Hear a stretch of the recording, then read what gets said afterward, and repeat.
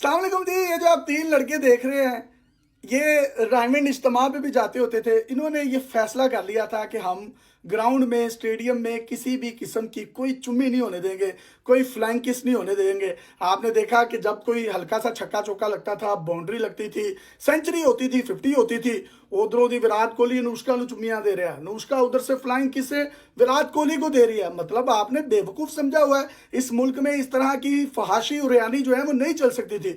इन तीनों प्लेयर्स ने जो आज किरदार अदा किया, इन्होंने सबकी चुम्मियां बंद कर दी, इन्होंने सबकी फ्लाइंग किसेस बंद कर दी और ये साबित किया है कि ये लोग मशरकी लड़के हैं। ये नहीं चाहते कि कोई भी स्टेडियम में कुछ छक्का मारे, चौका मारे, बाउंड्री लगाए, सेंचुरी करे, 50 करे और उसके बाद अपनी बीवियों को आप फ्लाइंग किसेस करें। उन्होंने कहा जो करना है तुसी घर बह के करना है, खबरदार स्टेडियम च तुसी एवं दी किसी किस्म की भी कोई हरकत की थी।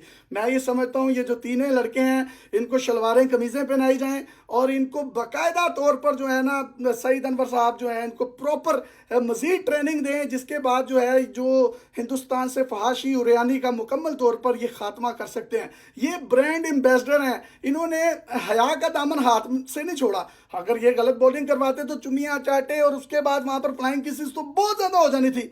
उन्होंने कहा खबरदार कोई भी नहीं करेगा। मैं ये समझता हूं कि इन तीनों बॉलर्स को पाकिस्तानी गवर्नमेंट को यहाँ पे बुलाकर मलिक रियाज साहब से 4-4 3-3 मरले के प्लॉट दिलवाने चाहिए कि जिन्होंने हिंदुस्तान जैसी सरजमीन पर किसी भी किस्म की कोई फ्लाइंग किसेस नहीं होने दी। नहीं तो आज तो अल्लाह ना करे इंडिया जीत जाता, उधर तो इतवार उधार लग जाना था। उधर क्या क्या मामला होने थे, यमन के टीटा, जबरदस्त, ये सारी स्टेजेस प्यार की क्रॉस हो जानी थी। आज वो रो रहे हैं। मैं ये समझता हूँ ये तीनों हीरो हैं, हीरोज को शलवारें कमीजें, मिसवाक, नाड़े, बल्कि रेशमी नाड़े गिफ्ट करने चाहिए दर्जनों के हिसाब से।